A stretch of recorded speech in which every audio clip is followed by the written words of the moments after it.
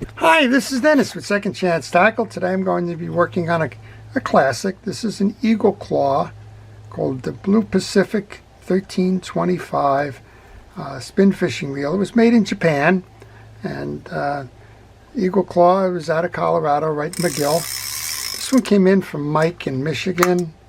The reel was not having a functional bail. I did take the time to go fix the bail issue, but then I thought it'd be nice to do the service of the reel, show how that's done for us. So we're going to start by removing the exterior pieces after a bench test, and when we remove those pieces, that'll give us access to the gear case and we'll be able to do the service. But while I'm doing that, I want to encourage you to subscribe to my channel if you like fishing reel service and repair, if you like learning about fishing reels, if you like seeing how they're made and understanding a little bit about the manufacturers. And if you like, then I would encourage you to subscribe to the channel. If you do subscribe to the channel, please use that notification button. That will let you know when I'm posting videos, and those are videos that you'll have an opportunity to see whether you would like to watch that or not. Okay, we've removed the spool. Underneath the spool we have a click ratchet and a shim washer. Those can usually be pulled off. Well, my hand strength isn't there today, but we'll have a go at the inner case. The inner case has 3 screws after you remove the handle, and as you saw, the handle is a through shaft handle that I removed by taking off the screw on the opposite side. If you're doing this and it's not for yourself, if it's for a friend or a buddy or a pal or somebody, always note where those handles are located. In this case, the handle was a right-sided handle, so when you go to put the reel back together again, you know that you're putting it on the right side for the crank. When I take the screws out and the pieces are off, I like to put them into a parts tray. I use a fast food container. I do recommend that you have a system for what you're going to do with the pieces and parts before you start taking them off. We did take the 3 screws out. You check to make sure that they're all the same. They are.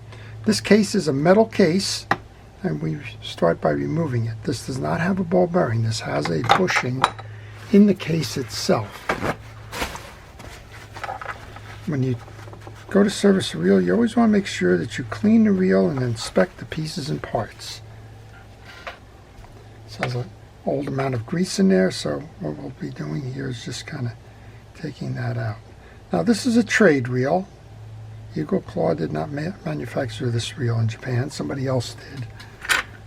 And trade reels were generally something that had followed a common design and were made by reel manufacturers who put other people's brands and names on those reels for the for sale as a branded product from somebody else.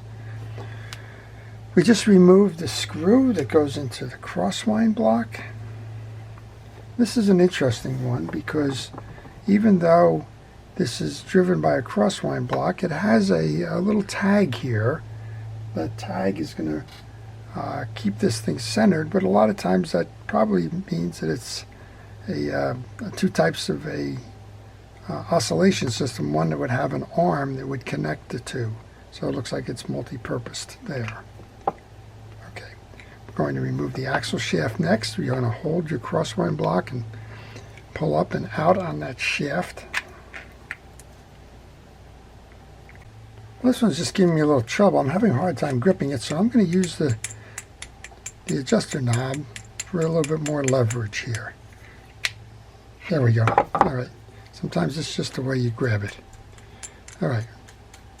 Check the shaft. Make sure that it's not damaged. If it has any dirt and debris on it, pull that off. And then set that into your parts tray as well. With your axle shaft removed, you can remove the crosswind block, the main gear, the oscillation gear, and we can clean the rest of the case. We also note that we have a pinion gear assembly up top here. I don't know if there's a ball bearing in this one or not. We're going to find out. And in order to find that out, we want to remove the tie-down screw up top.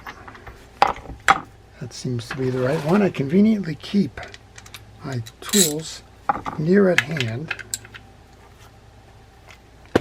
so that if you need something like this, you can get it without putting the project down and worrying terribly about it. Okay, that's off. This is off. And let's take a moment here to clean the gearing, set that aside, and then we can get to that other piece. When you're cleaning your gears, make sure you check your teeth. If you find any obstructions in the teeth, take a bristle brush and pull through on it. That'll clear the valleys of the teeth and make sure that they operate smoothly. Again, once it's cleaned, you want to take a moment to put that into your parts tray so that you don't lose it. And I like to clean the parts as I remove them rather than removing all the pieces and parts and then doing the cleaning that way. It's up to you. It's your preference. Mine tends to be that if I clean them at the same time, I can inspect them and then set them aside for the reinstall and not worry about them too much. We have a ton of old grease on this. That, of course, needs to be cleaned up. Sometimes you're going to need a penetrating oil or something else to loosen the old grease. That grease gets on the inside of the gear from centrifugal force, and that's been there a long time. I'm going to just try and find my little screwdriver here, because when it gets congealed like this, you sort of need a scraper. That cotton swab is not going to get it done. This is kind of like a taffy consistency. And that happens. That also gives you an indication when the last time was that the reel was serviced, because it takes a long time for greases to dry out, evaporate, kind of form this kind of consistency. Again, this reel came in for a bad bail, but there's no sense just repairing the bail. It makes all the sense in the world to complete the service on the reel while it's in. That way you can ensure that you got a long time again. Take it fishing, giving it a second chance. All right, pretty clean on that. This towel is at the end of life here. And let's use it just a little bit more. Clean that side off, clean this side off. There is a shim washer on this side that you do need to note, right there. And one more piece that we'll do before we retire that towel, just take that same brush and pull through.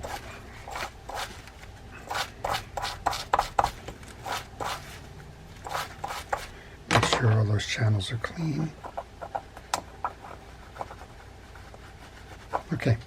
Main gear is good. You inspect it. You make sure that all the teeth are aligned and in good condition. Again, as I mentioned, I've already serviced the trip levers and the springs on this one. It came in with a spring that was detached.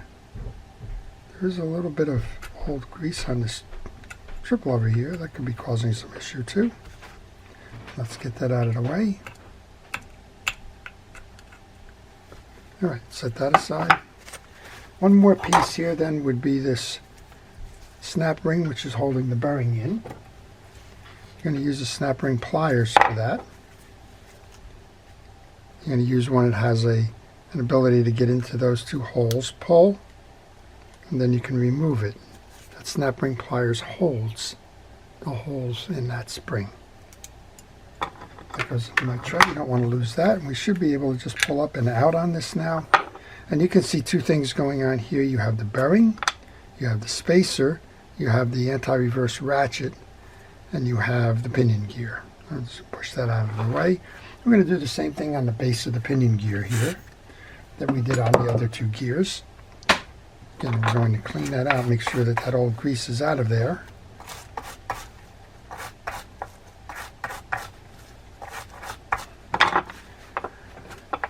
Now we can change the towel over. If you do take this off, you don't need to remove the spacer and the click ratchet, but if you do take them off, notice the orientation. If you put this on backwards, you won't have, or upside down I guess would be the word, you won't have an anti-reverse because the dog will not catch it if the valleys are facing the wrong way. So sometimes I get calls or notes from folks in the comment section, and if you have questions, the best thing to do is leave them in the comment section, as I do try to answer them. But every now and then I'll get one that said I took my reel apart, now I've lost my anti-reverse function, and a lot of times it's something like that, where the ratchet has been installed upside down or backwards, and yeah, that can cause that issue. All right, while we have this off, one more little cleaning in here. There's a little bit of debris that is gathered on the back of the case, so we want to make sure that we remove that. Again, if you're going to take a moment to take your reel apart, you might as well do it all. And again, this is a 1-ball bearing reel, and it has the case acting as the bushing for the main gear. When I clean, I use a combination of products. Most of the time, you want to stay with the least abrasive product available to you, and usually that's a cotton swab and some penetrating oil. Every now and then you're going to need something more. You saw me use the screwdriver as a scraper on that main gear because, well, it just was too congealed, hardened, and that enabled me to get that off. But don't rush to anything that's really abrasive as a first pass. Always use something that's appropriate for it. There's just a little more over here. It looks like this kind of is the same condition as that main gear, so we use the side of that blade to get that out of there. All right, we're in good condition here. Let's go put this reel back together again. Back together again is usually the opposite of the way you brought it in, so the first thing that'll go in will be that pinion gear. We've oiled the bearing. We've seated that in there. Be careful with these things. These things tend to shoot, so make sure you have a nice firm grip on the ring. And before I compress that ring, I like to bring it in there, so if it does shoot, at least it's going to bounce off of the case here and not just randomly fly about the shop. And once you do that, it sounds like it's seated. Just give it a good turn. Make sure that that's working the way it's intended to, that it's not binding or anything. On the oscillation gear, a little bit on the back where it's going to ride on that stud in the case. And you want to get a good amount of grease into the teeth. And for this purpose, I'm using Penn Precision Reel Grease, and I recommend that you use a grease regardless of what it is that's designed for fishing reels. Don't just use any old household grease or whatever it is you have on hand, automotive or whatever. Yeah, they may work, but if they're not designed specifically with fishing reel and marine use as it's intended, then, well, it's just not going to last as long. It may bog your reel down. It may not deal with water effectively. And fishing reel grease just isn't that expensive, so it's worth the effort. If you're going to take the time to service your reel, it's worth the effort to spend a few dollars to get the right fishing reel greases and oils. Okay, we've greased up the teeth, the shaft, the teeth that drive the oscillation gear, and the front shaft. We can reset the main gear now. And I may have gotten a little bit ahead of myself. What you want to do now is put that rotor back on. As I'm doing that, I'm noticing there is just a little bit more of maybe a light dirt or something in here, so make sure that gets cleaned out as well. Drop of oil onto that little click ratchet helps. Then we can line this up and bring that over. Go to our parts tray to get the rotor nut. Pay attention to which way the rotor nut came off. This one came off in a traditional left-hand or counterclockwise manner.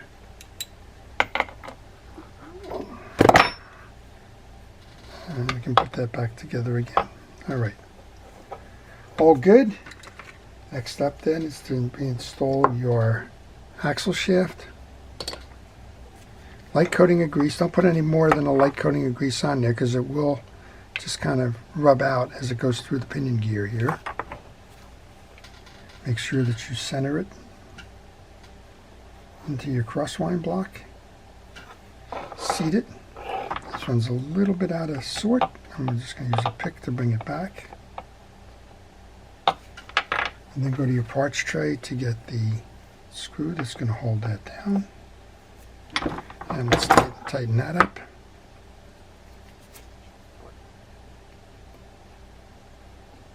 So overall, a solid design, heavy-duty parts. That's kind of the way they made them in the 70s and the 80s. I'm guess this one's in that era. It's before graphite cases came along in the 80s. Tighten it all up. Last piece on the outside then is to put your cover back on.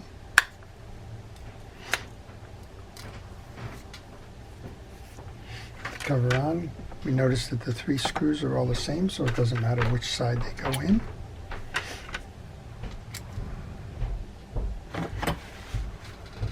And this anti-reverse is not attached to the cover, so that's a good thing. That switch did not have to be set in any particular way, but as a general rule, I like to make sure that those switches are set to the off position so that when I go to remove the pieces and parts, they're easy to remove and I don't need to worry about them. Okay, before you go any further, you might want to spin it, make sure that it spins nicely. Of course, we have that in the off position, put it in the on position, and you got that nice traditional click, click, click. As I mentioned, you want to take a note when you're doing this, which side the handle was on. The handle was a right side driven handle here. Bring that back. Set this screw, and then we'll just go check those drags out. So trade reels are nothing new, and they've been around a long time. Shakespeare and Ocean City and manufacturers back in the 40s and the 50s used to make trade reels for others. Shakespeare was known to make the South Bend reels, among others. Ocean City made J.C. Higgins reels for Sears. Okay, there's a snap ring here. Not a snap ring, just a regular kind of spring that's holding in your drag washers. You want to remove that. Remove that spring and put that into your parts tray for safekeeping. Then we have a series of drags. I'm going to guess that these are Teflon drags or some other kind of formula there. Yep, it's a Teflon drag. Okay, these are hard plastic. They're self-lubricating. Just want to make sure that they're clean. You also need to clean out the cavity inside the spool. This is a top drag and water accumulates in there. Water comes off of the fishing line, lands in this bowl, comes down through these little cavities here, and deposits the water and dirt and debris in the lake in that position. This is a traditional 6 drag set. The bottom one had the Teflon washer in it, so did the top. And the middle one, for whatever reason, was a red washer. So clean all those pieces off. The ones that have the D-center in it, that's called a keyed washer. The one that has the 2 points on it is called an eared washer. The eared washer goes in the middle of the stack. All right, first of the keyed washers goes in then.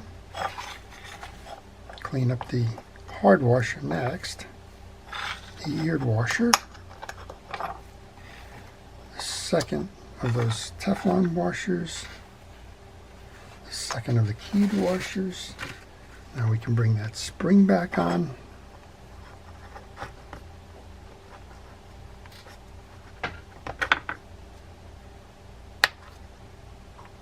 It needs to sit in the groove.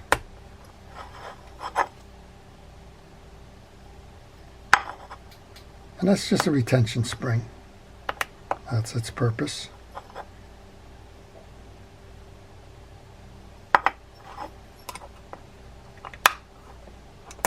There we go. Okay, and then let's just mount that back to the reel. We need the adjuster button. And this service is essentially complete. We'll just give it a test here, make sure that everything's working as it should. It's all greased up. We took care of the old dirt and debris. We checked all the pieces and parts. We've cleaned everything up, re-oiled, re-lubed, and it's ready to go back again. I can see why Mike likes this one. Oh, right on the pin. There we go. Okay, there you go. The Eagle Claw Blue Pacific 1325. That's how to take it apart, service it, and keep it running for a long time to come. Well, I hope you've enjoyed that. Before I leave, I want to thank our first responders, our police, fire, safety, rescue, everybody involved in keeping us out of harm's way. I do appreciate what you do day in and day out. I want to thank you for watching and for contributing to this channel, for helping me make it what it is. This is Dennis with Second Chance Tackle, wishing everybody a great day.